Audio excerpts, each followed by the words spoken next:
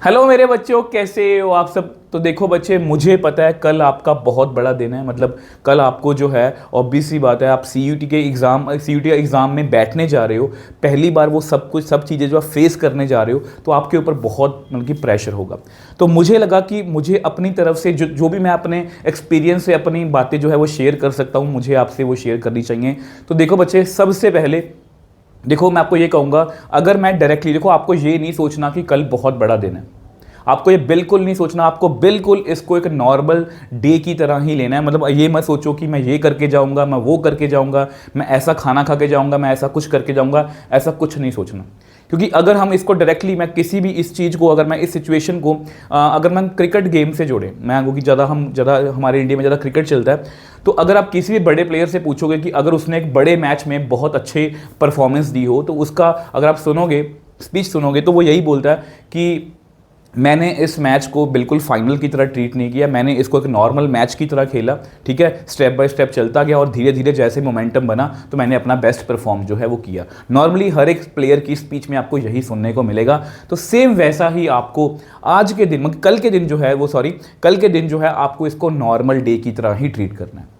देखो मुझे पता ये मुश्किल है, बट आप करोगे, मुझे पता आप कर सकते हो। वो सबसे पहले ना आप सेल्फ डाउट करना बंद करो कि मैं नहीं कर पाऊंगा। ये बिल्कुल नहीं है, आप कर पाओगे। हो सकता है कि आपको लगे कि मेरी तैयारी उस बंदे से कम है, मेरी तैयारी उस बंदे से कम है। आपको बहुत ऐसे सेल्फ डाउट आ सकता है, बट ये सोच के देखो, हो सकता है कि वो बंदा नर्वस हो जाए, बट आप अगर उस पेपर वाले दिन नर्वस नहीं हुए, तो आप बहुत अच्छे स्कोर जो है वो अचीव कर सकते हो। तो बस आपको सिर्फ पॉजिटिव चीज़ें सोचने की कोशिश करनी है, ज़्यादा कुछ एक्स्ट्रा, कुछ नया चीज़, मतलब कुछ नई चीज़ें जो है वो ट्राई करने की कोशिश नहीं करनी। देखो अगर आप देखो, जब आप सीईटी कल में अपने एग्ज़ाम सेंटर में जाओगे, तो आपको क्या करना है। देखो सबसे पहले तो आप अपना एडमिट कार्ड जो है, तो मैं आपको यही कहूँगा कि उसकी 3-4 फोटो कॉपीज़ जरूर लेके जाना। क्योंकि अगर आप एक लेके गए, मान लो वहाँ पर आपको इंस्ट्रक्शंस है कि एक ही लेके आनी है, बट वहाँ पर जाके किसी तरह से वो स्लिप जो है, आपका एडमिट कार्ड जो है वो किसी तरह से ख़राब हो गया, या किसी भी तरह से उन्होंने बोल दिया कि यहाँ पर हमें 2 चाहिए, तो जब वो आपको बोलेंगे कि इसकी एक और कॉपी करवा के लेके आओ, तो आपके लिए वो थोड़ा सा मुश्किल होगा।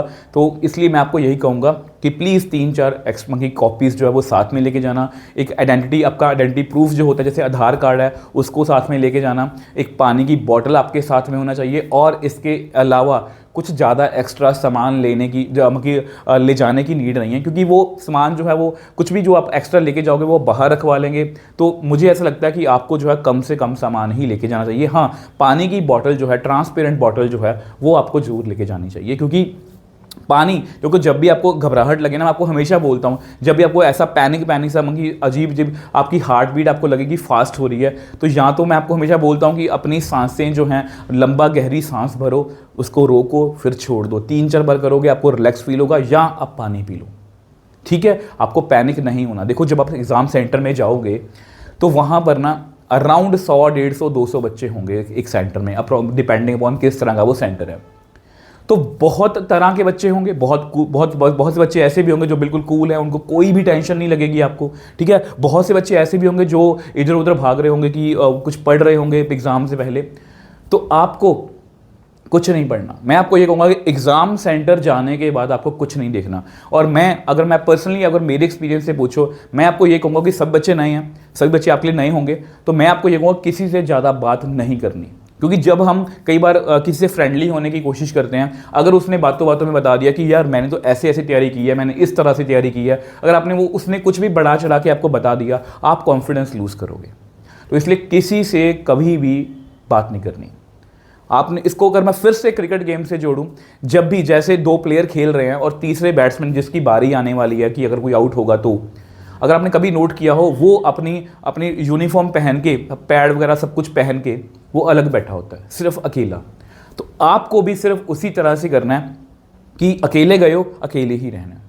ठीक है, अकेले ही रहना, किसी से ज़्यादा बात करने की नीड नहीं है, कूल एंड काम रहना है। क्योंकि जितना आप कूल रहोगे, उतना आप अच्छे से परफॉर्म कर पाओगे। अब बात करते हैं, जैसे ही आप, ऑब्वियसली बात, आपको मतलब उसमें एडमिशन मिल गई, आप अंदर चले गए हो, आप वहाँ पर बैठ के जाके, तो जब पेपर आपके सामने आएगा, तो आपको पैनिक नहीं करना। ठीक है, मैं हमेशा बोलता हूँ पहले, अब इसमें तो 1 घंटा ही आपको, ठीक है, पहले 5 मिनट आपके बहुत क्रूशियल होंगे। क्योंकि जब आप पेपर को जैसे आपने क्लिक किया, सपोज हम मैथ्स की बात करते हैं, तो आपके सामने क्वेश्चन आया, अब जरूरी नहीं है कि वो पहला क्वेश्चन जो है वो आपके सामने जो आएगा वो आपके जान पहचान का ही हो, तो कोशिश करो, देखो आपको ना उसको कोशिश करनी है। मैं अपनी तरफ से बता रहा हूँ वैसे कि क्या वो क्वेश्चन मेरी, देखो आप इसको 3 कैटेगरी में डिवाइड कर सकते हो क्वेश्चन को। एक तो ये हो सकता है कि पहला या कोई भी क्वेश्चन जो है वो ऐसा हो सकता है कि वो इतना ईजी है कि आपको लगेगा यार ये तो हमने हमारे सर ने करवाया तो मैं डायरेक्टली कर दूंगा, कर दो। और एक क्वेश्चन ऐसा हो सकता है कि आपको लगेगा कि ये मेरे को बेसिक इसका कंसेप्ट आता है, मैं कर दूंगा इसको। तीसरा क्वेश्चन वो होगा जिसको आपको लगेगा कि यार मेरे को बिल्कुल नहीं आता, मेरे कंसेप्ट से ही बाहर है।